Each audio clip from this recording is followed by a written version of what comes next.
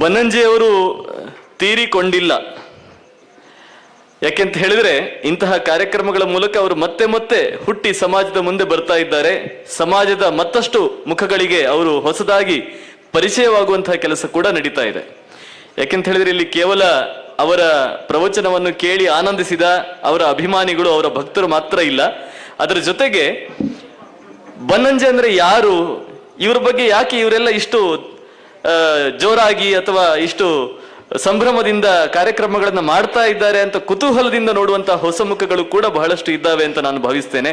ಅಂತ ಹೊಸ ಮುಖಗಳಿಗೆ ಬನ್ನಂಜೆಯವರು ಇಂತಹ ಪ್ರತಿ ಕಾರ್ಯಕ್ರಮಗಳ ಮೂಲಕ ನಾಲ್ಕು ಹೊಸ ಮುಖಗಳಿಗೆ ಪರಿಚಯವಾದರೂ ಕೂಡ ಅವರ ಚಿಂತನೆ ಅದು ಅಮರವಾಗಿ ಉಳಿತದೆ, ಸಮಾಜದಲ್ಲಿ ಮತ್ತೆ ಮತ್ತೆ ಜೀವಂತಿಕೆಯನ್ನು ಪಡೀತದೆ ಅಂತ ನಾನು ಭಾವಿಸ್ತೇನೆ. ತರ್ಕಕೇಸರಿ ಪಡುಮನ್ನೂರು ನಾರಾಯಣಾಚಾರ್ಯರ ಕಥೆ ಅದು ಇನ್ನಷ್ಟೇ ವೇದಿಕೆಯಲ್ಲಿ ಅನಾವರಣ ಆಗಲಿಕ್ಕಿದೆ ನಾಟಕದ ಮೂಲಕ. ಅವರು ತನ್ನ 14ನೇ ವಯಸ್ಸಿನಲ್ಲಿ ನನಗೆ ಇನ್ನಷ್ಟು ಕಲಿಯಬೇಕು ಅಂತ ಹೇಳಿ ಕಲಿಯುವ ಆಸಕ್ತಿಯಿಂದ ಮನೆ ಬಿಟ್ಟು ಹೋದ್ರಂತೆ.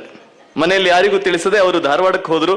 ಅಲ್ಲಿ ಅವರು ವಿರೂಪಾಕ್ಷ ಶಾಸ್ತ್ರಿ ಅಂತ ಹೇಳುವ ಒಬ್ಬ ಅದ್ವೈತ ವಿದ್ವಾಂಸರ ಅಡಿಯಲ್ಲಿ ಸುಮಾರು 10 ವರ್ಷಗಳ ಕಾಲ ತರ್ಕದ ಒಂದು ಶಾಸ್ತ್ರದ ಅಧ್ಯಯನವನ್ನು ಮಾಡಿದರು.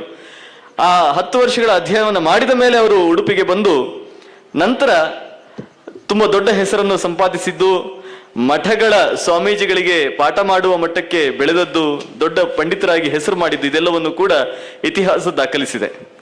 ಈಗಾಗಲೇ ಶ್ರೀಯುತ ಮಲ್ಲೇಪುರಂ ವೆಂಕಟೇಶ್ ಅವರು ಮಾತಾಡಿದ್ದಾರೆ. ಅವರು ನಾನು ಹೇಳಬೇಕಾಗಿದ್ದ ಅನೇಕ ವಿಷಯಗಳನ್ನು ಅವರೇ ಹೇಳಿಬಿಟ್ಟಿದ್ದಾರೆ.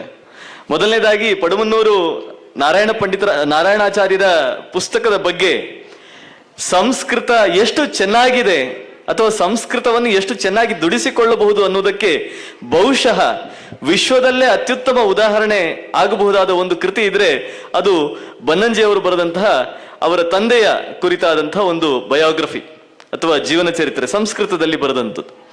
ಸಂಸ್ಕೃತವನ್ನು ಯಾವ ರೀತಿಯಲ್ಲಿ ಬೇಕಾದರೂ ದುಡಿಸಿಕೊಳ್ಳಬಹುದು ಅನ್ನೋದನ್ನು ಅವರು ಆ ಕೃತಿಯಲ್ಲಿ ತೋರಿಸಿಕೊಟ್ಟಿದ್ದಾರೆ. ಒಬ್ಬ ಕಲಾಕಾರ ಹೊಯ್ಸಳ ಶಿಲ್ಪಕಲೆಯನ್ನು ನಾವು ನೋಡ್ತೇವೆ. ಕಲಾವಿದರು ಅಥವಾ ಆ ಒಂದು ಶಿಲ್ಪಗಳನ್ನು ಕೆತ್ತಿದವರು, ಶಿಲ್ಪಿಗಳು ಯಾವ ರೀತಿಯಲ್ಲಿ ಶಿಲೆಯನ್ನ ತಮ್ಮ ಕೈ ಚಳಕದಿಂದ ಒಂದು ದೇವತಾ ವಿಗ್ರಹವಾಗಿ ರೂಪಿಸಿದ್ದಾರೆ ಅನ್ನೋದನ್ನು ನಾವು ನೋಡಿ ಆಶ್ಚರ್ಯಚಕಿತರಾಗ್ತೇವೆ. ಅಂತಹ ರೀತಿಯಲ್ಲೇ ಭಾಷೆಯನ್ನು ದುಡಿಸಿಕೊಂಡ ಒಂದು ಬಗೆಯನ್ನ ನಾವು ಆ ಕೃತಿಯ ಮೂಲಕ ನೋಡಬಹುದು. ಅಂತಹ ಒಬ್ಬ ಅಪರೂಪದ ತಂದೆಯ ಅಪರೂಪದ ಮಗನಾಗಿ ಬನ್ನಂಜಿಯವರು ಉಡುಪಿಯಲ್ಲಿ ಜನ್ಮ ತಳೆದದ್ದು ಉಡುಪಿಯ ವಿಶೇಷ ಮತ್ತು ಅದು ಬನ್ನಂಜಿಯವರ ವಿಶೇಷ ಕೂಡ. ಬನ್ನಂಜಿಯವರಿಗೂ ಕೂಡ ಅದೊಂದು ದೊಡ್ಡ ಪ್ರಸಾದ. ಯಾಕೆ ಅಂತ ಹೇಳಿದ್ರೆ ಅವರು ಬೇರೆ ಯಾವುದಾದ್ರೂ ಜಾಗದಲ್ಲಿ ಹುಟ್ಟಿದ್ದರೆ ಬಹುಶಃ ಅವರು ಬನ್ನಂಜಿಯವರು ಆಗ್ತಾ ಇದ್ರೋ ಇಲ್ಲೋ ಗೊತ್ತಿಲ್ಲ. ಯಾಕಂದ್ರೆ ಅವರಿಗೆ ಬೇಕಾದ, ಅವರ ವಿದ್ವತ್ತೆಗೆ ಬೇಕಾದ, ಅದರ ವಿಕಸನಕ್ಕೆ ಬೇಕಾದ ಎಲ್ಲ ಅಂಶಗಳು ಕೂಡ ಉಡುಪಿಯಲ್ಲಿ ಅವರಿಗೆ ಸಿಕ್ಕಿತು. ಒಂದು ಗಿಡ ಅದು ಮರವಾಗಿ ಬೆಳಿಬೇಕಾದ್ರೆ ಅಥವಾ ಒಂದು ಬೀಜ ಮರವಾಗಿ ಬೆಳಿಬೇಕಾದ್ರೆ ಅದಕ್ಕೆ ಅಂತಹ ಕ್ಷೇತ್ರ ಕೂಡ ಅಗತ್ಯ. ಯಾವುದೋ ಬರಡು ನೆಲದಲ್ಲಿ ಬೀಜ ಹಾಕಿದ್ರೆ ಅದು ಎಷ್ಟೇ ಸತ್ವ ಇದ್ರೂ ಕೂಡ ಬೆಳಿಲಿಕ್ಕೆ ಸಾಧ್ಯ ಇಲ್ಲ.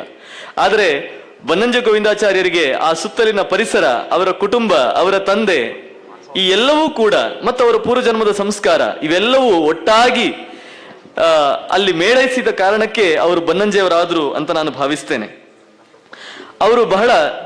ಅವರು ಎರಡು ರೀತಿಯಲ್ಲಿ ಭಾಗ್ಯವಂತರು. ಒಳ್ಳೆಯ ತಂದೆಯನ್ನು ಪಡೆದರು ಮತ್ತು ಒಳ್ಳೆಯ ಅಣ್ಣನನ್ನು ಪಡೆದರು. ಅಣ್ಣ ರಾಮಾಚಾರ್ಯರು ಬನ್ನಂಜಿಯವರನ್ನ ಬೆಳೆಸಿದರು, ಒಬ್ಬ ಲೇಖಕನಾಗಿ ಮಾಡಿದರು, ಅವರಿಗೆ ಬೇಕಾದಷ್ಟು ಅವಕಾಶಗಳನ್ನು ಕೊಟ್ಟರು. ಯಾಕಂದ್ರೆ ರಾಮಾಚಾರ್ಯರು ಪತ್ರಕರ್ತನಾದರೂ ಕೂಡ ಅನೇಕ ಹೊಸ ಪತ್ರಿಕೆಗಳನ್ನ ಪ್ರಾರಂಭಿಸ್ತಾ ಇದ್ರು. 3-4 ಪತ್ರಿಕೆಗಳನ್ನ ಪ್ರಾರಂಭಿಸಿ ಅವುಗಳನ್ನ ಸುಮಾರು ವರ್ಷಗಳ ಕಾಲ ನಡೆಸಿದ ಒಬ್ಬ ಪತ್ರಕರ್ತರಾಗಿ ರಾಮಾಚಾರ್ಯರು ಇದ್ದಾಗ ಆ ಪತ್ರಿಕೆಗಳಲ್ಲಿ ಪುಟ ತುಂಬಿಸುವ ಕೆಲಸವನ್ನ ತನ್ನ ತಮ್ಮನಿಗೆ ಕೊಡ್ತಾ ಇದ್ರು. ಮಾತ್ರವಲ್ಲ, ಸ್ವಾತಂತ್ರ್ಯ ಕೊಡ್ತಾ ಇದ್ರು. ನೀನು ಏನ್ ಬೇಕಾದ್ರೂ ಬರೀಬಹುದು ಅಂತ. ಈಗ ಏನು ಬೇಕಾದ್ರೂ ಬರೀಬಹುದು ಅನ್ನೋದನ್ನ ಯಾವ ರೀತಿಯಲ್ಲಿ ಬೇಕಾದ್ರೂ ತಗೊಳ್ಬಹುದಾಗಿತ್ತು. ಆದರೆ ಬನ್ನಂಜಿಯವರು ತಾನು ಬರೆಯುವ ಪ್ರತಿ ಅಕ್ಷರವೂ ಸಾಹಿತ್ಯವೇ ಆಗಬೇಕು ಅನ್ನುವ ರೀತಿಯಲ್ಲಿ ಆ ಪುಟಗಳನ್ನು ತುಂಬಿಸಿದ್ದನ್ನು ನಾವು ನೋಡುತ್ತೇವೆ. ಪ್ರಕಾಶ ಅನ್ನುವ ಪತ್ರಿಕೆಯಲ್ಲಿ 40ರ ದಶಕದಲ್ಲಿ ಅವರು ಬರೆದದ್ದು ಕಾದಂಬರಿಯ ಕನ್ನಡ ಅನುವಾದ, ಬಾಣಭಟ್ಟನ ಕಾದಂಬರಿಯ ಕನ್ನಡ ಅನುವಾದ. ಮತ್ತೆ ಕನ್ನಡವನ್ನು ಹೇಗೆ ದುಡಿಸಿಕೊಳ್ಳಬಹುದು ಅನ್ನುವುದಕ್ಕೆ ನಾವೇನಾದ್ರೂ ಉದಾಹರಣೆಯನ್ನು ನೋಡಬಹುದಾದ್ರೆ ಅತ್ಯುತ್ತಮವಾದ ಶ್ರೇಷ್ಠವಾದ ಉದಾಹರಣೆ ಕಾದಂಬರಿಯ ಅನುವಾದ. ನನಗೆ ಒಂದು ಭಾಗ್ಯ ಬಂತು. ಏನು ಅಂತ ಹೇಳಿದ್ರೆ, ಪಠ್ಯಪುಸ್ತಕ ಪರಿಷ್ಕರಣೆಯ ಸಮಯದಲ್ಲಿ ಬನ್ನಂಜಿ ಅವರನ್ನ ನಾವು ಟೆಕ್ಸ್ಟ್ ಬುಕ್ಕಿನ ಒಳಗೆ ತರಬೇಕು ಅಂತ ನಮಗೆ ಕೆಲವೆಲ್ಲ ಈ ರೀತಿಯ ಒಂದು ಆಸಕ್ತಿಗಳು ಇತ್ತು. ನಾವು ಭೈರಪ್ಪನವರು ನೋಡಿ, ಭೈರಪ್ಪನವರು 75 ವರ್ಷ ಭಾರತದ ಇತಿಹಾಸದಲ್ಲಿ, ಅಂದ್ರೆ ಸ್ವಾತಂತ್ರ್ಯೋತ್ತರ ಇತಿಹಾಸದಲ್ಲಿ ಟೆಕ್ಸ್ಟ್ ಬುಕ್ ಒಳಗೆ ಬಂದಿರಲಿಲ್ಲ. ಪ್ರಾಥಮಿಕ ಪ್ರೌಢಶಾಲೆಯ ಟೆಕ್ಸ್ಟ್ ಬುಕ್ಕಿನೊಳಗೆ ಭೈರಪ್ಪನವರು ಜಗತ್ತಿನ ಅತ್ಯುತ್ತಮ ಕಾದಂಬರಿಕಾರ ಅಂತ ಹೇಳಿಕೊಳ್ಳಬಹುದಾದ ಭೈರಪ್ಪನವರೇ ಬಂದಿರಲಿಲ್ಲ. ಕನ್ನಡದ ಅತ್ಯುತ್ತಮವಾದಂತಹ ಸಾಹಿತಿ ಅಂತ ಹೇಳಬಹುದಾದ ಬನ್ನಂಜಿ ಅವರು ಬಂದಿರಲಿಲ್ಲ. ಕನ್ನಡದ ಅತ್ಯುತ್ತಮವಾದ ಸಾಹಿತಿ ಅಂತ ಹೇಳಬಹುದಾದ ಇನ್ನೊಬ್ಬ ವ್ಯಕ್ತಿ ರಂಗನಾಥ್ ಶರ್ಮರು ಬಂದಿರಲಿಲ್ಲ. ಶತಾವಧಾನಿ ಡಾಕ್ಟರ್ ಆರ್ ಗಣೇಶರು ಬಂದಿರಲಿಲ್ಲ. ಹಾಗಾಗಿ ಇವ್ರನ್ನೆಲ್ಲ ಕನ್ನಡದ ಮಕ್ಕಳಿಗೆ ನಾವು ಪರಿಚಯಿಸಬೇಕು ಅನ್ನುವ ಒಂದು ಉದ್ದೇಶವನ್ನು ಇಟ್ಟುಕೊಂಡು ನಾವು ಬನ್ನಂಜಿ ಅವರನ್ನ 9ನೇ ಕ್ಲಾಸಿನ ಕನ್ನಡದ ಟೆಕ್ಸ್ಟ್ ಬುಕ್ಕಿನಲ್ಲಿ ಹಾಕಿದಾಗ ನಮಗೆ ಖುಷಿ ಆಯಿತು. ಆದರೆ ಸಮಾಜದ ಕೆಲವು ವರ್ಗಗಳಿಂದ ವಿರೋಧ ಬಂತು. ವಿರೋಧ ಯಾಕೆ ಬಂತು ಅಂತ ಹೇಳಿದ್ರೆ, ನೀವು ಒಳ್ಳೆಯ ಸಾಹಿತ್ಯವನ್ನ ಹಾಕಿದ್ದೀರಿ ಅಂತಲ್ಲ, ನೀವು ಅತ್ಯುತ್ತಮವಾದ ಕನ್ನಡವನ್ನ ಮಕ್ಕಳಿಗೆ ತೋರಿಸ್ತಾ ಇದ್ದೀರಿ ಅಂತಲ್ಲ, ನೀವು ಒಬ್ಬ ಮಾಧ್ವ ಸಾಹಿತಿಯನ್ನ ಹಾಕಿದ್ದೀರಿ, ನೀವು ಒಬ್ಬ ದ್ವೈತಿಯನ್ನ ಹಾಕಿದ್ದೀರಿ. ನಾನು ಅವರಿಗೆ ಉತ್ತರ ಕೊಟ್ಟೆ, ನೋಡಿ ನಾನು ಹಾಕ್ತಾ ಇರೋದು ಅವರು ದ್ವೈತ, ಅವರು ಉದ್ದನಾಮ ಹಾಕಿದ್ದಾರೋ ಅಡ್ಡನಾಮ ಹಾಕಿದ್ದಾರೋ ಅಥವಾ ಕಚ್ಚೆ ಹುಟ್ಟಿದ್ದಾರೋ ಅಡ್ಡಪಂಚೆ ಹಾಕಿದ್ದಾರೋ ಉತ್ತರೀಯ ಹಾಕಿದ್ದಾರೋ ಕೋಟ್ ಹಾಕಿದ್ದಾರೋ ಅನ್ನೋದನ್ನು ನೋಡಿಕೊಂಡು ಅಲ್ಲ. ಅವರು ದ್ವೈತಿಯೋ ಅದ್ವೈತಿಯೋ ವಿಶಿಷ್ಟಾದ್ವೈತಿಯೋ ಶಕ್ತಿ ವಿಶಿಷ್ಟಾದ್ವೈತರೋ ಅವರು ಯಾರು ಅನ್ನೋದು ನನಗೆ ಮುಖ್ಯ ಅಲ್ಲ. ಆದರೆ ಸಂಸ್ಕೃತ ಸಾಹಿತ್ಯವನ್ನ ಇಷ್ಟು ಚೆನ್ನಾಗಿ ಕನ್ನಡದಲ್ಲಿ ಅನುವಾದಿಸಿ ಕೊಡಬಹುದು ಅನ್ನುವುದಕ್ಕೆ ಇದಕ್ಕಿಂತ ಉತ್ತಮ ನಿದರ್ಶನ ಇಲ್ಲ ಅನ್ನುವ ಕಾರಣಕ್ಕೆ ನಾವು ಹಾಕಿರೋದು ಅಂತ ಹೇಳಿ ನಾವು ಅದನ್ನು ಸಮರ್ಥಿಸಿಕೊಂಡೆವು. ಮಲ್ಲೇಪುರಂ ಅವರು ಅದನ್ನು ಸಮರ್ಥಿಸಿಕೊಂಡ್ರು. ವೀಣಕ್ಕ ಸಮರ್ಥಿಸಿಕೊಂಡ ಕಾರಣಕ್ಕೆ ಸರ್ಕಾರ ಆ ಒಂದು ಪಾಠವನ್ನ ತೆಗೆಯುವುದಕ್ಕೆ ಹಿಂದೆಗೆಯಿತು. ಅದು ನಮ್ಮ ಪುಣ್ಯ ಅಂತ ನಾನು ಭಾವಿಸ್ತೇನೆ. ಅವರು ಶಬ್ದಗಳ ಬಗ್ಗೆ ನಾನು ಆಗಷ್ಟೇ ಹೇಳಿದೆ. ಶಬ್ದಗಳ ಹಿಂದೆ ಓಡ್ತಾ ಇದ್ದಂತಹ ಬನ್ನಂಜೆ ಗೋವಿಂದಾಚಾರ್ಯರು. ಅದಕ್ಕೆ ಒಂದೆರಡು ಉದಾಹರಣೆಗಳನ್ನು ಹೇಳುವುದಾದರೆ, ಬದರ್ ಅನ್ನುವ ಶಬ್ದ ಅಥವಾ ಬದರಿ ಅನ್ನುವ ಶಬ್ದ ಎಲ್ಲರೂ ದ್ವೈತಿಗಳಂತೂ ಎಲ್ಲರೂ ಕೇಳಿರ್ತಾರೆ. ಬದರಿ ಅಥವಾ ಬಾದರಾಯಣರ ಹೆಸರನ್ನಂತೂ ಎಲ್ಲರೂ ಕೇಳೇ ಇರ್ತಾರೆ. ಈ ಬದರಿ ಅಂದ್ರೆ ಏನು ಅನ್ನುವ ಶಬ್ದದ ಹಿಂದೆ ಹೋಗ್ತಾರೆ. ಕೊನೆಗೆ ಅವರು ಹೇಳ್ತಾರೆ, ಇದು ಮಧ್ವರು ಇದಕ್ಕೆ ಒಂದು ಕಡೆಯಲ್ಲಿ ಅರ್ಥವನ್ನು ಹೇಳ್ತಾರೆ. ಇದು ಪೂರ್ಣಚಂದ್ರ, ಹುಣ್ಣಿಮೆ ಚಂದ್ರನಿಗೆ ಬದರಿ ಅನ್ನುವ ಶಬ್ದ ಇದೆ, ಅನ್ನುವ ಅರ್ಥ ಇದೆ ಅನ್ನೋದನ್ನ ಸಂಶೋಧನೆ ಮಾಡಿ ತೆಗೆದರು. ಆಮೇಲೆ ಅಷ್ಟಕ್ಕೆ ನಿಲ್ಲದೆ ಅವರು ಹೇಳಿದ್ರು, ನೋಡಿ ಇವತ್ತು ಆ ಶಬ್ದದ ಅರ್ಥ ನಷ್ಟವಾಗಿದೆ, ನಮ್ಗೆ ಯಾರಿಗೂ ಅದರ ಬಗ್ಗೆ ಗೊತ್ತಿಲ್ಲ. ಬದರಿ ಅಂದ್ರೆ ಅದು ಹುಣ್ಣಿಮೆ ಚಂದ್ರನನ್ನ ಹೇಳ್ತದೆ ಅನ್ನುವ ಅರ್ಥವೇ ನಮಗೆ ಗೊತ್ತಿಲ್ಲ. ಆದರೆ ಅರೇಬಿಕ್ ಭಾಷೆಯಲ್ಲಿ ಈ ಶಬ್ದ ಇನ್ನೂ ಉಳ್ಕೊಂಡಿದೆ ಅಂತ ಹೇಳಿದರು. ನಾನು ಆಗ ಸ್ವಲ್ಪ ಗೂಗಲ್ ಮಾಡಿ, ಈಗಾಗಂದ್ರೆ ನಮಗೆ ಗೂಗಲ್ ಇದೆ. ಬನ್ನಂಜಿ ಅವರ ಕಾಲಕ್ಕೆ ಗೂಗಲ್ ಇರಲಿಲ್ಲ. ಅವರು ಎಲ್ಲವನ್ನು ಕೂಡ ತಾಡವಾಲೆಗಳಲ್ಲಿ ಹುಡುಕಿ ಹೇಳಬೇಕಾಗಿತ್ತು. ಚಿಮಣಿ ದೀಪದಲ್ಲಿ ಅಥವಾ ಹಣತೆಯ ಬೆಳಕಿನಲ್ಲಿ ತಾಡವಾಲೆಗಳನ್ನ ಪರಿಶೀಲನೆ ಮಾಡಿ ಹೇಳಬೇಕಾಗಿತ್ತು. ನಮಗೆ ಗೂಗಲ್ ಇರೋದ್ರಿಂದ ಹುಡುಕ್ತೇವೆ. ಅರೇಬಿಕ್ ಭಾಷೆಯಲ್ಲಿ ಇವತ್ತಿಗೂ ಕೂಡ ಬದರ್ ಅಥವಾ ಬದರಿ ಅಂತ ಹೇಳಿದ್ರೆ ಹುಣ್ಣಿಮೆ ಚಂದ್ರ ಅನ್ನುವ ಅರ್ಥವೇ ಇದೆ. ಅಂದ್ರೆ ಶಬ್ದದ ಹಿಂದೆ ಇಷ್ಟು ಹೋಗುವ ಒಬ್ಬ ಜಿಜ್ಞಾಸು. ಅದೇ ರೀತಿಯಲ್ಲಿ ತೀರ್ಥ ಅನ್ನುವ ಶಬ್ದಕ್ಕೆ ಎಲ್ಲರೂ ಹೇಳಿದ್ರು ದಾಟುವುದು ಅನ್ನುವ ಅರ್ಥ ಇದೆ ಅಂತ. ಆದ್ರೆ ಬನ್ನಂಜಿಯವರು ಹೇಳಿದ್ರು ದಾಟುವುದು ಅನ್ನೋ ಅರ್ಥ ಇಲ್ಲ. ನೋಡಿ, ದಾಟುವುದು ಅಂತ ಹೇಳಿದ್ರೆ ಅದಕ್ಕೆ ಏನೋ ಒಂದು ವಿಶೇಷಾರ್ಥ ಹೊಳೆಯೋದೇ ಇಲ್ಲ.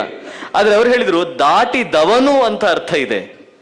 ದಾಟುವುದು ಅಲ್ಲ, ಆಗಿದೆ, ದಾಟಿ ಹೋಗಿದ್ದಾನವನು, ದಾಟಿ ಇನ್ನೊಂದು ಕಡೆಗೆ ಹೋಗಿರುವಂತವನಿಗೆ ತೀರ್ಥ ಅಂತ ಹೇಳ್ತಾರೆ. ಹಾಗಾಗಿ ತೀರ್ಥ ರೂಪರು. ಯಾಕಂದ್ರೆ ಗಣ್ಯರು, ದಾಟಿದವರು ಅಂತ ಹೇಳಿದ್ರೆ ಅವ್ರು ಏನೋ ಇನ್ನೊಂದು ದಡಕ್ಕೆ ಹೋಗಿದ್ದಾರೆ, ದೊಡ್ಡ ಸಾಧನೆಯನ್ನು ಮಾಡಿದ್ದಾರೆ. ಹಾಗಾಗಿ ಸ್ವಾಮೀಜಿಗಳು ತೀರ್ಥರು. ಎಲ್ಲ ನಮ್ಮ ಸಮಾಜದ ಮಹನೀಯರಿಗೆ ನಾವು ತೀರ್ಥರು ಅಂತ ಹೇಳ್ತೇವೆ. ಅಷ್ಟಕ್ಕೆ ನಿಲ್ಲುವುದಿಲ್ಲ. ನೋಡಿ, ಬನ್ನಂಜಿಯವರ ವಿಶೇಷ ಏನಂತ ಹೇಳಿದ್ರೆ ಸಂಸ್ಕೃತದ ಶಬ್ದಕ್ಕೆ ಅರ್ಥ ಹೇಳುವಾಗ ಅಷ್ಟಕ್ಕೆ ನಿಲ್ಲುವುದಿಲ್ಲ. ಅವ್ರು ಹೇಳ್ತಾರೆ, ಈ ಶಬ್ದ ಕನ್ನಡಕ್ಕೂ ಬಂದಿದೆ. ಹೇಗೆ ಅಂತ ಹೇಳಿದ್ರೆ ತೀರು ಅನ್ನುವ ಶಬ್ದ, ತೀರಿತು ಅನ್ನುವ ಶಬ್ದ, ಅದು ಇದೇ ಅರ್ಥವನ್ನು ಕೊಡ್ತಾ ಇದೆ. ಈ ರೀತಿ ಶಬ್ದಗಳ ಹಿಂದೆ ಹೋಗಿ ಅವರು ತಲಸ್ಪರ್ಶಿ ಆಗ್ತಾ ಇದ್ರು. ಅವರಿಗೆ ಬಹಳ ಇಷ್ಟವಾದ ಶಬ್ದ ಏನು ಅಂದ್ರೆ ತಲಸ್ಪರ್ಶಿ. ಅವರು ಒಂದು ಕಡೆ ಒಂದು ಮುನ್ನುಡಿಯಲ್ಲಿ ಹೇಳ್ತಾರೆ, ಪಾರಂಗತ ಮತ್ತು ತಲಸ್ಪರ್ಶಿ ಅನ್ನೋ ಶಬ್ದಗಳನ್ನು ಹೇಳ್ತಾರೆ. ಪಾರಂಗತ ಎಲ್ಲರೂ ಆಗ್ತಾರೆ, ಯಾರು ಬೇಕಾದ್ರೂ ಆಗ್ಬೋದು. ಈಜಿ ಆ ಕಡೆ ಹೋಗುವನು ಅಥವಾ ದಾಟುವವನು ಪಾರಂಗತ. ಸಮುದ್ರವನ್ನೋ ನದಿಯನ್ನೋ ಹೊಳೆಯನ್ನೋ ದಾಟಿ ಆ ಕಡೆ ಹೋಗಿ ಆಗಿದೆ ಅನ್ನೋನು ಪಾರಂಗತ. ಆದ್ರೆ ನಾವು ಪಾರಂಗತರಾಗುವುದಲ್ಲ, ತಲಸ್ಪರ್ಶಿಗಳಾಗಬೇಕು ಅಂತ. ಅಂದ್ರೆ ನೀರಿನಲ್ಲಿ ಮುಳುಗಬೇಕು ಅಂತ.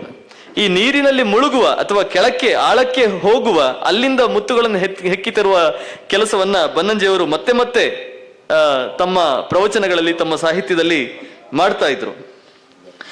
ಮತ್ತು ಅವರ ವಿದ್ವತ್ತೆಯ ಒಂದು ಓಘ, ಅವರು ತಂತ್ರಸಾರ ಕೃತಿಯನ್ನ ಕನ್ನಡಕ್ಕೆ ತಂದಾಗ ಮಧ್ವಾಚಾರ್ಯರ ಅತ್ಯಂತ ಉನ್ನತವಾದಂತಹ ಗ್ರಂಥ. ಮಧ್ವಾಚಾರ್ಯರ ಎಲ್ಲ ಗ್ರಂಥಗಳು ಅದು ಬೌದ್ಧಿಕವಾಗಿ ತುಂಬಾ ಉನ್ನತ ಮಟ್ಟದ್ದೇ, ಆದರೂ ಕೂಡ ತಂತ್ರಸಾರ ಅದಕ್ಕೂ ಒಂದು ಮಿಗಿಲು ಮೇಲೆ. ಯಾಕೆ ಅಂತ ಹೇಳಿದ್ರೆ ಅಲ್ಲಿ ತಂತ್ರಸಾರವನ್ನ ಅರ್ಥ ಮಾಡಿಕೊಳ್ಬೇಕಾದ್ರೆ ಕೇವಲ ಶ್ರುತಿ ಸ್ಮೃತಿ ಅಥವಾ ಸೂತ್ರಗಳ ಜ್ಞಾನ ಇದ್ರೆ ಸಾಕಾಗೋದಿಲ್ಲ. ಅವನಿಗೆ ಆಗಮದ ಜ್ಞಾನ ಇರಬೇಕಾಗ್ತದೆ, ಅವನಿಗೆ ಗಣಿತದ ಜ್ಞಾನ ಇರಬೇಕಾಗ್ತದೆ, ಅವನಿಗೆ ಛಂದಸ್ಸಿನ ಜ್ಞಾನ ಇರಬೇಕಾಗ್ತದೆ, ಶಿಲ್ಪಶಾಸ್ತ್ರದ ಜ್ಞಾನ ಇರಬೇಕಾಗ್ತದೆ, ಆಮೇಲೆ ವಾಸ್ತುಶಾಸ್ತ್ರದ ಜ್ಞಾನ ಇರಬೇಕಾಗ್ತದೆ. ಇಷ್ಟೆಲ್ಲ ಜ್ಞಾನ ಇದ್ದವನಿಗೆ ಮಾತ್ರ ತಂತ್ರಶಾಸ್ತ್ರವನ್ನ ಪೂರ್ತಿಯಾಗಿ ಹಿಡಿಯಲಿಕ್ಕೆ ಸಾಧ್ಯ ಅಂತ. ಇದನ್ನ ಕನ್ನಡಕ್ಕೆ ತಂದ ಬನ್ನಂಜೆ ಅವರಿಗೆ ಆಗ 22 ವರ್ಷ. 22 ವರ್ಷ ಇದ್ದಾಗ ಅವರು ತಂತ್ರಸಾರವನ್ನ ಪ್ರಕಟಿಸಿದ್ರು. ಅದರ ಮುನ್ನುಡಿಯನ್ನು ಬರೆದ ವಿಶ್ವೇಶತೀರ್ಥರಿಗೆ 27 ವರ್ಷ. ವಿಶ್ವೇಶತೀರ್ಥರು ಅಲ್ಲಿ ಒಂದು ಮಾತನ್ನು ಹೇಳ್ತಾರೆ, ಇವರ ಕೃತಿ ಬಹಳ ಚೆನ್ನಾಗಿದೆ, ಆದ್ರೆ ಒಂದು ಕಡೆ ಇವರು ಮಧ್ವರ ಭಾವನೆಗಳಿಗೆ ವಿರುದ್ಧವಾದ ರೀತಿಯಲ್ಲಿ ಏನೋ ಒಂದು ಬರೆದಿದ್ದಾರೆ ಅಂತ ಒಂದು ಮುನ್ನುಡಿಯಲ್ಲಿ ಒಂದು ಮಾತನ್ನು ಹೇಳಿದಾಗ, ಮಧ್ವರ ಸಾಹಿತ್ಯದ ಒಳಗಿಂದಲೇ ಆ ಸಾಕ್ಷಿಗಳನ್ನ ತೆಗೆದು ತೋರಿಸಿ, ಇಲ್ಲ ನೀವು ಹೇಳಿದ್ದು ಸರಿಯಲ್ಲ ಅಂತ ವಿಶ್ವೇಶತೀರ್ಥರಿಗೆ ನೇರವಾಗಿ ಹೇಳಿದಂತ ಧೀಮಂತ ಬನ್ನಂಜೆ ಗೋವಿಂದಾಚಾರ್ಯರು. ಇದು ನಿಜವಾದ ಪಂಡಿತನ ಧೀಮಂತನ ಒಂದು ಶಕ್ತಿ. ಅದೇ ರೀತಿಯಲ್ಲಿ ಅವರು ಅನೇಕ ಕೃತಿಗಳನ್ನು ಬರೆದ್ರು. ನೋಡಿ, ಶಾಸ್ತ್ರವನ್ನ ಬರೆಯುವವರು ಹೆಚ್ಚಾಗಿ ಕಲೆಯ ಕಡೆ ಬರುವುದು ಕಡಿಮೆ. ಆಗಲೇ ಅದನ್ನ ಹೇಳಿದ್ರು, ಶಾಸ್ತ್ರದವರು ಸರ್ಜನಶೀಲವಾದಂಥ ಕೃತಿಯನ್ನು ಬರೆಯುವುದು ಕಡಿಮೆ, ಕವಿತೆ ಕಾವ್ಯ ಇತ್ಯಾದಿಗಳ ಕಡೆ ಬರುವುದು ಕಡಿಮೆ. ಆದರೆ ಇವರು ಮೊದಲೇ ಸವ್ಯಸಾಚಿಗಳು, ಎಡಗೈಯಲ್ಲೂ ಬರಿತಾ ಇದ್ದವರು, ಬಲಗೈಯಲ್ಲೂ ಬರಿತಾ ಇದ್ದವರು. ಹಾಗಾಗಿ ಶಾಸ್ತ್ರವನ್ನೂ ಒಂದು ಕಡೆ ಕೊಟ್ಟರು, ಅದೇ ರೀತಿಯಲ್ಲಿ ನಾಟಕಾದಿ ಕಾವ್ಯಗಳ ಕಡೆ ಕೂಡ ಮುಖ ಮಾಡಿದರು. ಅವರ ಕಾವ್ಯದ ಅಭ್ಯಾಸದಿಂದ ಅವರ ಶಾಸ್ತ್ರಕ್ಕೆ ಒಂದು ಹೊಸ ಬೆಳಕು ಬಂತು, ಅವರ ಶಾಸ್ತ್ರದ ಅಭ್ಯಾಸದಿಂದ ಅವರ ಕಾವ್ಯಾಭ್ಯಾಸಕ್ಕೆ ಒಂದು ಹೊಸ ಮಿಂಚು ಸಿಕ್ಕಿತು. ಈ ಎರಡೂ ಕೂಡ ಪೂರಕ, ಒಂದಕ್ಕೆ ಮಾರಕ ಅಲ್ಲ. ಶಾಸ್ತ್ರ ಓದಿದವನಿಗೆ ಕಾವ್ಯ ಅರ್ಥ ಆಗುವುದಿಲ್ಲ ಅಂತಿಲ್ಲ, ಕಾವ್ಯ ಇನ್ನಷ್ಟು ಚೆನ್ನಾಗಿ ಅರ್ಥ ಆಗಬೇಕು. ಹಾಗೆ ಕಾವ್ಯಾಭ್ಯಾಸಿಗೆ ಶಾಸ್ತ್ರದ ಅರ್ಥ ಇನ್ನಷ್ಟು ಚೆನ್ನಾಗಿ ಹೊಳೆಯಬೇಕು. ಅದಕ್ಕೆ ಅತ್ಯುತ್ತಮವಾದ ಉದಾಹರಣೆ ಬನ್ನಂಜೆ ಗೋವಿಂದಾಚಾರ್ಯರು. ಅವರ ಕನ್ನಡ, ನಾನಾಗಲೇ ಹೇಳಿದೆ, ಸಂಸ್ಕೃತ ಎಷ್ಟು ಚಂದವೋ ಅಷ್ಟೇ ಚಂದ ಅವರ ಕನ್ನಡ. ಅವರ ಕನ್ನಡದ ಚಂದವನ್ನ ನಾವು ನೋಡಬೇಕಾದ್ರೆ ಕೇವಲ ಅವರ ಟೈಟಲ್ಗಳನ್ನ ನೋಡಿದ್ರೆ ಸಾಕು, ಶೀರ್ಷಿಕೆಗಳನ್ನೇ ನೋಡಿದ್ರೆ ಸಾಕು. ಶ್ರೀಕೃಷ್ಣಾಮೃತ ಮಹಾರ್ಣವ ಕೃತಿಗೆ ಶ್ರೀಕೃಷ್ಣನ ಸೊದೆಯ ಕಡಲು ಅಪ್ಪಟ ಕನ್ನಡವೇ ಅಂತ ಅನಿಸುವಂತಹ ಟೈಟಲ್ ಕೊಟ್ಟಿದ್ರು. ಹಾಗೆಯೇ ಋತು ಸಂಹಾರಕ್ಕೆ ಋತುಗಳ ಹೆಣಿಗೆ, ಮತ್ತೆ ರಾಮನ ಕತೆ ಉತ್ತರ ರಾಮ ಚರಿತಕ್ಕೆ ಅಭಿಜ್ಞಾನ ಶಾಕುಂತಲಂಗೆ ನೆನಪಾದಳು ಶಕುಂತಲೆ. ಹೀಗೆ ಪ್ರತಿಯೊಂದು ಭಗವಂತನ ನಲ್ನುಡಿ, ಭಗವದ್ಗೀತೆಗೆ ಭಗವಂತನ ನಲ್ನುಡಿ, ಹೀಗೆ ಅತ್ಯುತ್ತಮವಾದ ಕನ್ನಡ ಶಬ್ದಗಳನ್ನು ಕೂಡ ಬಳಸ್ತಾ ಇದ್ದಂತಹ ಬನ್ನಂಜೆ. ಹಾಗೆಯೇ ಅವರ ಶಾಸ್ತ್ರ ಕೃತಿಗಳು, ಸಂಸ್ಕೃತದಲ್ಲಿ 50ಕ್ಕೂ ಹೆಚ್ಚು ಕೃತಿಗಳನ್ನು ಬರೆದಿದ್ದಾರೆ. ಸರಿಯಾದ ಸಂಖ್ಯೆಯನ್ನು ಆಚಾರ್ಯರು ಹೇಳಬೇಕು. 50ಕ್ಕೂ ಹೆಚ್ಚು ಶಾಸ್ತ್ರ ಗ್ರಂಥಗಳನ್ನೇ ಬರೆದಿದ್ದಾರೆ. ಮತ್ತು ಸೂತ್ರ ಸಾಹಿತ್ಯಕ್ಕೆ ಪುನಶ್ಚೇತನ ಕೊಟ್ಟಿದ್ದಾರೆ, ಮತ್ತೆ ಅದಕ್ಕೆ ಜೀವವನ್ನು ಕೊಟ್ಟಿದ್ದಾರೆ. ಯಾಕಂದ್ರೆ ಸೂತ್ರ ಸಾಹಿತ್ಯ ಅಂತ ಹೇಳುವುದು ಶ್ರುತಿಗಳಾದ ಮೇಲೆ ನಾವು ಒಂದಷ್ಟು ಶತಮಾನಗಳ ಕಾಲ ಸೂತ್ರವನ್ನು ನೋಡಿ ಮತ್ತೆ ಮರೆತೇ ಹೋಗಿದ್ದೆವು. ಶಾಸ್ತ್ರಗಳು ಬಂದ ಮೇಲೆ, ಭಾಷ್ಯ ಟೀಕೆಗಳು ಇತ್ಯಾದಿಗಳು ಬಂದ ಮೇಲೆ ನಾವು ಸೂತ್ರ ಸಾಹಿತ್ಯವನ್ನು ಮರೆತೇ ಹೋಗಿದ್ದೆವು. ಆದರೆ ಸೂತ್ರ ಸಾಹಿತ್ಯಕ್ಕೆ ಮತ್ತೆ ಜೀವ ಕೊಟ್ಟವರು ಬನ್ನಂಜೆಯವರು. ಯಾಕಂದ್ರೆ ಸೂತ್ರ ಸಾಹಿತ್ಯವನ್ನು ಬರೀಬೇಕಾದ್ರೆ ಕೇವಲ ಭಾಷೆಯ ಜ್ಞಾನ ಇದ್ರೆ ಸಾಕಾಗುವುದಿಲ್ಲ, ಅದರಲ್ಲಿ ಶಾಸ್ತ್ರದಲ್ಲಿ ಅತ್ಯಂತ ಆಳವಾದ ಒಂದು ಅಧ್ಯಯನ ಕೂಡ ಬೇಕಾಗ್ತದೆ. ಅಂತಹ ಒಂದು ಪಾಂಡಿತ್ಯವನ್ನ ಪಡೆದಿದ್ದ ಬನ್ನಂಜೆಯವರು ಯಾಕೆ ಬನ್ನಂಜೆ ಆದರು ಅಂತ ಹೇಳಿದ್ರೆ, ಅವರು ಮುಖ್ಯವಾಗಿ ಮೆಕಾಲೆ ಶಿಕ್ಷಣದಿಂದ ತಪ್ಪಿಸಿಕೊಂಡರು. ಯಾಕಂದ್ರೆ ನಾವು ಎಷ್ಟೋ ಜನ ನಾವೆಲ್ಲ ಎಷ್ಟು ಮಾತಾಡಿದರೂ ಕೂಡ, ನಾನು ಸಂಸ್ಕೃತದ ಬಗ್ಗೆ ಅಥವಾ ಅವರ ಸಾಹಿತ್ಯದ ಬಗ್ಗೆ ಏನೇ ಹೇಳಿದರೂ ಕೂಡ ಎಲ್ಲೋ ಒಂದು ಕಡೆ ನನಗೆ ಮೆಕಾಲೆ ಶಿಕ್ಷಣದಿಂದ ಬಂದ ಪ್ರಭಾವದ ಪ್ರಚೋದನೆ ಎಲ್ಲೋ ಒಂದು ಕಡೆ ಆಗ್ತಾ ಇರ್ತದೆ. ಆದ್ರೆ ಮೆಕಾಲೆ ಶಿಕ್ಷಣದ ನೆರಳು ಕೂಡ ತಮ್ಮ ಮೈ ಮೇಲೆ ಬೀಳಬಾರದು ಅನ್ನುವ ಒಂದು ದೃಢ ನಿಶ್ಚಯ ಮಾಡಿ ಅದಕ್ಕಿಂತ ತುಂಬಾ ದೂರದಲ್ಲಿ ನಿಂತು ಶಾಸ್ತ್ರಾಧ್ಯಯನವನ್ನು ಮಾಡಿದವರು ಬನ್ನಂಜೆಯವರ. ಆದ್ದರಿಂದ ಬಹುಶಃ ಅವರಿಗೆ ಈ ಒಂದು ವಿಶೇಷ ಪ್ರತಿಭೆ ಅದು ಹೊಳೆಯುವುದಕ್ಕೆ ಸಾಧ್ಯ ಆಯಿತು ಅಂತ ಕಾಣುತ್ತದೆ. ಅವರ ಈ ಅಧ್ಯಯನ ಮಾಡುವ ಛಲ ಅಂತ ಹೇಳುವಾಗ ಕೇವಲ ಒಂದು ಸಿದ್ಧಾಂತಕ್ಕೆ ಕಟ್ಟು ಬೀಳಲಿಲ್ಲ. ನಾನಾಗ ಹೇಳಿದೆ, ನಾವು ಪಾಠವನ್ನು ಸೇರಿಸಿದಾಗ ನೀನೊಬ್ಬ ದ್ವೈತಿಯನ್ನ ಹಾಕಿದ್ದೀಯ ಅಂತ ಹೇಳಿದ್ರು. ಆದರೆ ಬಹುಶಃ ದ್ವೈತ, ಅದ್ವೈತ, ವಿಶಿಷ್ಟಾದ್ವೈತ ಮೂರೂ ಆಚಾರ್ಯರ ಸಿದ್ಧಾಂತಗಳನ್ನ, ಮೂರೂ ಆಚಾರ್ಯರ ಭಾಷ್ಯಗಳನ್ನ ಭಗವದ್ಗೀತೆಯ ಮೇಲೆ ಕೊಟ್ಟವರು ಬಹುಶಃ ಕರ್ನಾಟಕದಲ್ಲಿ, ಆಧುನಿಕ ಕರ್ನಾಟಕದಲ್ಲಿ ಒಬ್ಬರೇ, ಅದು ಬನ್ನಂಜೆ ಗೋವಿಂದಾಚಾರ್ಯರು.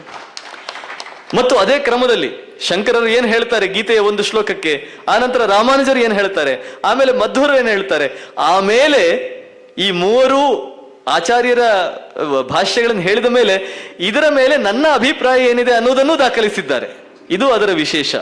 ಹೀಗೆ ಭಗವದ್ಗೀತೆ ಇರಲಿ, ಭಾಗವತ ಇರಲಿ, ರಾಮಾಯಣ ಮಹಾಭಾರತಗಳಿರಲಿ, ಶಾಸ್ತ್ರ ಗ್ರಂಥಗಳಿರಲಿ, ನಾಟಕಗಳಿರಲಿ, ಎಲ್ಲ ಸಾಹಿತ್ಯಗಳಲ್ಲೂ ಕೂಡ ಕೈಯಾಡಿಸಿದ ಅತ್ಯುತ್ತಮವಾದ ಒಂದು ಪ್ರತಿಭೆ ಬನ್ನಂಜೆ ಗೋವಿಂದಾಚಾರ್ಯರು. ಸಾಹಿತ್ಯದಲ್ಲಿ ಎಷ್ಟು ಕೆಲಸ ಮಾಡಿದ್ದಾರೋ ಅಷ್ಟೇ ಪ್ರವಚನದಲ್ಲಿ ಕೆಲಸ ಮಾಡಿದ್ದಾರೆ. ಇವತ್ತಷ್ಟೇ ನಾವು ಮಾತಾಡಿಕೊಳ್ತಾ ಇದ್ದೆವು, ಎಷ್ಟೋ ಜನ ಹೇಳಿದ್ದುಂಟು, ನೀವು ಪ್ರವಚನ ಮಾಡಿದ್ರಿಂದ ನಿಮ್ಮ ಸಾಹಿತ್ಯ ಸ್ವಲ್ಪ ಕಡಿಮೆ ಆಯಿತು ಅಂತ. ಆವಾಗ ಬರೆಯೋಣ ಅಂತ ಹೇಳ್ತಾ ಇದ್ರು ಬನ್ನಂಜಿಯವರು. ಆದ್ರೆ ಇವತ್ತು ನನಗನಿಸ್ತದೆ, ಅವರು ಬಹುಶಃ ಪ್ರವಚನಗಳನ್ನೂ ಮಾಡಿದ್ರಿಂದ ಇವತ್ತು ಕರ್ನಾಟಕದ ಉದ್ದಗಲಕ್ಕೆ ಯಾವ ಅಕ್ಷರವನ್ನು ಓದಲಿಕ್ಕೆ ಆಗದೇ ಇರುವವನು ಕೂಡ, ಅಥವಾ ಅಕ್ಷರಗಳನ್ನು ಓದಲಿಕ್ಕೆ ಬೇಸರ ಬರುವವನು ಕೂಡ, ಅಥವಾ ಓದಲಿಕ್ಕೆ ಸಮಯ ಇಲ್ಲದವನೂ ಕೂಡ ಇವತ್ತು ಕೇಳಿ ಅವರ ಜ್ಞಾನವನ್ನ ತಮ್ಮದಾಗಿಸಿಕೊಳ್ಳಿಕ್ಕೆ ಅವಕಾಶ ಆಗಿದೆ. ಮತ್ತು ಬಹಳ ಮುಖ್ಯವಾಗಿ ನಾನು ನೋಡ್ತೇನೆ, ಇಲ್ಲಿ ಕಾರ್ಯಕ್ರಮದಲ್ಲೂ ಕೂಡ ಮಾತೆಯರು ಬಹಳ ದೊಡ್ಡ ಸಂಖ್ಯೆಯಲ್ಲಿದ್ದಾರೆ. ಇವತ್ತು ಬನ್ನಂಜೆಯವರು ಕರ್ನಾಟಕದ ಮನೆಗಳಲ್ಲಿ, ಅಡಿಗೆ ಮನೆ ಇರ್ಬೋದು, ಅಥವಾ ಹಾಲ್ ಇರ್ಬೋದು, ದೇವರ ಕೋಣೆ ಇರಬಹುದು, ಎಲ್ಲೆಲ್ಲಿ ಮಾತೆಯರು ಕೆಲಸ ಮಾಡ್ತಾ ಇದ್ದಾರೋ ಅಲ್ಲಿ ಅವರು ಒಂದು ಮೊಬೈಲ್ ಹಚ್ಚಿ ಬನ್ನಂಜೆಯವರ ಪ್ರವಚನವನ್ನ ಕೇಳ್ತಾ ತಮ್ಮ ಜ್ಞಾನವನ್ನು ವೃದ್ಧಿ ಮಾಡಿಕೊಳ್ಳುವುದನ್ನ ನಾನೇ ನೋಡಿದ್ದೇನೆ, ನಮ್ಮ ಮನೆಯಲ್ಲೇ ನಡೀತದೆ. ಹಾಗಾಗಿ ಅವರು ಪ್ರವಚನ ಮಾಡಿ ಯಾವುದು ನಷ್ಟ ಆಗಲಿಲ್ಲ, ಅದು ವೃದ್ಧಿಯೇ ಆಯಿತು. ಸಾಹಿತ್ಯದ ಮೂಲಕ ಅವರು ಹೇಗೆ ಪಂಡಿತರಿಗೆ ಸಿಕ್ಕಿದ್ರೋ ಹಾಗೆ ಪ್ರವಚನಗಳ ಮೂಲಕ ಅವರು ಜನಸಾಮಾನ್ಯರಿಗೆ, ಗೃಹಿಣಿಯರಿಗೆ, ವಿದ್ಯಾರ್ಥಿಗಳಿಗೆ, ಎಷ್ಟೋ ವಿದ್ಯಾರ್ಥಿಗಳು ಪ್ರವಚನವನ್ನು ಕೇಳ್ತಾ ತಮ್ಮ ಕೆಲಸಗಳನ್ನು ಮಾಡುವಂಥದ್ದು ಕೂಡ ಇದೆ. ಬೆಂಗಳೂರಿನಂತ ಟ್ರಾಫಿಕ್ ಏನು ತುಂಬಿಕೊಂಡಿರುವಂತಹ ಕಿಷ್ಕಿಂಧೆಯಲ್ಲಿ ಕೂಡ ಇವತ್ತು ಒಂದು ಪ್ರವಚನವನ್ನು ಹಚ್ಚಿ ಮನೆಯಿಂದ ಕೆಲಸದ ಕಡೆಗೆ, ಕೆಲಸದಿಂದ ಮನೆ ಕಡೆಗೆ ಹೋಗುವಂತ ಎಷ್ಟೋ ಮಂದಿ ಯುವಕರು, ವೃದ್ಧರು ಅಲ್ಲ, ವೃದ್ಧರು ಅವರು ನೇರವಾಗಿ ಕೇಳಿದ್ದಾರೆ, ಕ್ಯಾಸೆಟ್ ಮೂಲಕ ಕೇಳಿದ್ದಾರೆ. ಆದ್ರೆ ಯುವಕರು ಕೂಡ ಇವತ್ತು ಸಾಕಷ್ಟು ಸಂಖ್ಯೆಯಲ್ಲಿ ಬನ್ನಂಜೆಯವರ ಪ್ರವಚನಗಳನ್ನು ಕೇಳ್ತಾ ಇದ್ದಾರೆ. ಆ ಮೂಲಕ ಬನ್ನಂಜೆಯವರು ನಮ್ಮ ನಡುವೆಯೇ ಇದ್ದಾರೆ. ಅವರನ್ನ ಮತ್ತೆ ಸಮಾಜದ ಮುಂದೆ ಇಡುವಂತಹ ಕೆಲಸವನ್ನ ಬನ್ನಂಜೆ ಪ್ರತಿಷ್ಠಾನ ಮಾಡ್ತಾ ಇದೆ. 40 ಕಡೆಗಳಲ್ಲಿ ಈ ವರ್ಷ 90ರ ನೆನಪಿನಲ್ಲಿ ಅವರು ಕಾರ್ಯಕ್ರಮಗಳನ್ನು ಮಾಡ್ತಾ ಇದ್ದಾರೆ. ಪ್ರತಿ ವರ್ಷವೂ ಕೂಡ ಅವರನ್ನು ಈ ರೀತಿ ಜನರ ಮುಂದೆ ತರುವಂತಹ ಕೆಲಸ ಆಗಬೇಕು. ಅದರ ಜೊತೆಗೆ ನಾನು ಹಿಂದೆ ಒಂದು ಇಟ್ಟ ಬೇಡಿಕೆ ಕೂಡ ಇದೆ, ಅದನ್ನು ಮತ್ತೆ ನಾನು ಪುನರ್ನವಗೊಳಿಸ್ತೇನೆ. ಏನಂತ ಹೇಳಿದ್ರೆ, ಬನ್ನಂಜೆ ನಿಘಂಟು ಅನ್ನೋದೊಂದು ಬರಬೇಕು ಅಂತ. ಯಾಕಂದ್ರೆ ಪ್ರತಿಯೊಂದು ಶಬ್ದಕ್ಕೂ ಕೂಡ ನಾನು ಹೇಳುವ ಅರ್ಥ ಹೀಗೆ, ಅಂದ್ರೆ ನಾನು ಹೇಳುವುದು ಅಂತ ಹೇಳಿದ್ರೆ ಅವರು ಸ್ವತಃ ಹುಟ್ಟಿಸಿ ಹೇಳ್ತಾ ಇರಲಿಲ್ಲ, ಶಾಸ್ತ್ರಗಳ ಹಿನ್ನೆಲೆಯಲ್ಲೇ ಹೇಳ್ತಾ ಇದ್ರು. ರಾಮಾಯಣದಲ್ಲಿ ಹೀಗೆ ಹೇಳ್ತಾರೆ, ವಾಲ್ಮೀಕಿ ಮಹರ್ಷಿಗಳು ಈ ಅರ್ಥವನ್ನು ಕೊಟ್ಟಿದ್ದಾರೆ, ವ್ಯಾಸ ಮಹರ್ಷಿಗಳು ಈ ಅರ್ಥವನ್ನು ಕೊಟ್ಟಿದ್ದಾರೆ, ಬಾದರಾಯಣರು ಬ್ರಹ್ಮಸೂತ್ರದಲ್ಲಿ ಹೀಗೆ ಹೇಳ್ತಾರೆ ಅಂತ ಪ್ರತಿಯೊಂದು ಶಬ್ದಕ್ಕೂ ಅದು ನಾವು ನೀವು ಕೇಳುವ ಸಹಜ ಸಾಮಾನ್ಯ ಶಬ್ದಗಳಿರ್ಬೋದು. ಆತ್ಮ ಅನ್ನೋ ಶಬ್ದ, ಇಂತಹ ಶಬ್ದಗಳಿಗೆ ವಿಶೇಷ ಅರ್ಥಗಳನ್ನ ಪ್ರತಿ ಪ್ರವಚನದಲ್ಲೂ ಕೊಡ್ತಾ ಇದ್ದಂತಹ ಬನ್ನಂಜೆ ಅವರಿಗೆ ಒಂದು ಸರಿಯಾದ ಏನು ಸನ್ಮಾನವೋ ಅಥವಾ ಅವರಿಗೆ ಬೇಕಾದ ಒಂದು ಇದು ಆಗಬೇಕು ಅಂತ ಹೇಳಿದ್ರೆ ಸರಿಯಾದ ಒಂದು ಪೂಜೆ, ಸಾಹಿತ್ಯ ಪೂಜೆ, ಅದು ಯಾವ ರೀತಿಯಲ್ಲಿ ಆಗಬೇಕು ಅಂದ್ರೆ, ನನ್ನ ಒಂದು ಕನಸಿರುವುದು ಬನ್ನಂಜೆ ನಿಘಂಟು ಅನ್ನೋ ಒಂದು ನಿಘಂಟು ಬರಬೇಕು. ಅದು ಬಹುಶಃ ಒಬ್ರಿಬ್ಬರ ಕೆಲಸ ಅಲ್ಲ, ಒಂದು ದೊಡ್ಡ ಸಮೂಹದ ಕೆಲಸ, ಮತ್ತು 100-200 ಪೇಜಿನಲ್ಲಿ ಮುಗಿಯುವ ಕೆಲಸವೂ ಅಲ್ಲ, ಸಾವಿರಾರು ಪುಟಗಳು ಆಗುವಂತಹ ಕೆಲಸ ಅದು ಆಗಬೇಕು. ಅದರ ಮೂಲಕ ನಮಗೆ ಅವರ ಜ್ಞಾನದ ಹೊಳಹುಗಳು, ಅವರ ಜ್ಞಾನದ ಮಿಂಚುಗಳು ನಮಗೆ ಸಿಗಬೇಕು ಅಂತ ಹೇಳ್ತಾ, ಕೊನೆಯದಾಗಿ ಅವರ ಸಾಹಿತ್ಯದ ಮಾಧುರ್ಯಕ್ಕೆ ಉದಾಹರಣೆಯಾಗಿ ಒಂದು ಪ್ಯಾರಾಗ್ರಾಫ್ ಅನ್ನಷ್ಟೇ ನಿಮ್ಮ ಮುಂದೆ ಓದ್ತೇನೆ. ಈಗ ಬಿಡುಗಡೆಯಾದ ಒಂದು ಕೃತಿಯಲ್ಲಿ ಇರುವಂತದ್ದು, ನಾನು ನೋಡಿದ್ದು, ಸುಮ್ಮನೆ ಕೇಳಿಕೊಳ್ಳಿ. ಶೃಂಗಾರವಿಲ್ಲದ ಸಿಂಗಾರವಿದೆ, ಸಿಂಗಾರವಿಲ್ಲದ ಶೃಂಗಾರವಿಲ್ಲ, ಶೃಂಗಾರವಿಲ್ಲದ ಸಿಂಗಾರವಿದೆ, ಸಿಂಗಾರವಿಲ್ಲದ ಶೃಂಗಾರವಿಲ್ಲ. ಇದು ಅವರು ಯಾವುದೋ ಪುಸ್ತಕಕ್ಕೆ ಬರೆದದ್ದು, ಮುನ್ನುಡಿಯಲ್ಲಿ ಬರೆದಂತ ಒಂದು ಭಾಗ. ಮಾತು ಸಿಂಗರಿಸಿಕೊಂಡಾಗ ಸುಭಾಷಿತವಾಗುತ್ತದೆ, ಮಾತು ಸಿಂಗರಿಸಿಕೊಂಡಾಗ ಸುಭಾಷಿತವಾಗುತ್ತದೆ. ಸಾವಿರ ಕವಿಗಳು ಮಾತಿಗೆ ಸಿಂಗಾರ ತೊಡಿಸಿದರು. ಸಿಂಗಾರಗೊಂಡ ಮಾತಿನ ಸೆಳೆತ ಸಿಂಗಾರಗೊಂಡ ಹೆಣ್ಣಿನ ಸೆಳೆತಕ್ಕಿಂತ ಕಮ್ಮಿಯದಲ್ಲ. ಸಿಂಗಾರಗೊಂಡ ಮಾತಿನ ಸೆಳೆತ ಸಿಂಗಾರಗೊಂಡ ಹೆಣ್ಣಿನ ಸೆಳೆತಕ್ಕಿಂತ ಕಮ್ಮಿಯದಲ್ಲ. ಒಂದು ದೃಷ್ಟಿಯಿಂದ ಹೆಣ್ಣಿಗಿಂತ ಸುಭಾಷಿತವೇ ಮಿಗಿಲು. ಹೆಣ್ಣು ಕೈ ಹಿಡಿದವರ ಸೊತ್ತು, ಸುಭಾಷಿತ ಮೆಚ್ಚಿದವನ ಸೊತ್ತು. ಕೈ ಹಿಡಿದವನು ಮೆಚ್ಚಬೇಕಾಗಿಲ್ಲ. ಎಷ್ಟೋ ಮನೆಗಳಲ್ಲಿ ಇರುತ್ತಲ್ವಾ, ಕೈ ಹಿಡಿದವನು ಮೆಚ್ಚಬೇಕಾಗಿಲ್ಲ, ಮೆಚ್ಚಿದವನು ಕೈ ಹಿಡಿಯಬೇಕಾಗಿಲ್ಲ. ಸುಭಾಷಿತದ ಬಾಳಿನಲ್ಲಿ ಇಂತಹ ದುರಂತವಿಲ್ಲ. ಸುಭಾಷಿತದ ಬಾಳಿನಲ್ಲಿ ಇಂತಹ ದುರಂತವಿಲ್ಲ. ಯಾಕೆ ಅಂತ ಹೇಳಿದ್ರೆ, ಯಾರು ಸವಿದರೂ ಅದರ ಶೀಲ ಕೆಡುವುದಿಲ್ಲ, ಅದು ಸ್ವರ್ಗಲೋಕದ ಅಪ್ಸರೆ. ಪಾತಿವೃತ್ಯ ಅದರ ಜಾಯಮಾನವಲ್ಲ, ಆದರೂ ಅದು ಶೀಲಗೆಡುವುದಿಲ್ಲ. ಪಾತಿವೃತ್ಯ ಅದರ ಜಾಯಮಾನವಲ್ಲ, ಆದರೂ ಅದು ಶೀಲಗೆಡುವುದಿಲ್ಲ. ಕೊನೆಯ ಒಂದು ಸಾಲು, ಅಷ್ಟೇ ಅಲ್ಲ, ಅದರ ಒಡನಾಟಕ್ಕೆ ಬಂದವರೆಲ್ಲ ಶೀಲವಂತರಾಗುತ್ತಾರೆ. ಕೇಳಿದ ಎಲ್ಲ ಕಿವಿಗಳಿಗೆ ನಮಸ್ಕಾರ. ನನ್ನ ಎಲ್ಲ ಮಾತುಗಳು ಬನ್ನಂಜಿಯವರ ಪಾದಗಳಿಗೆ ಮುಡಿಪು. ನಮಸ್ಕಾರ.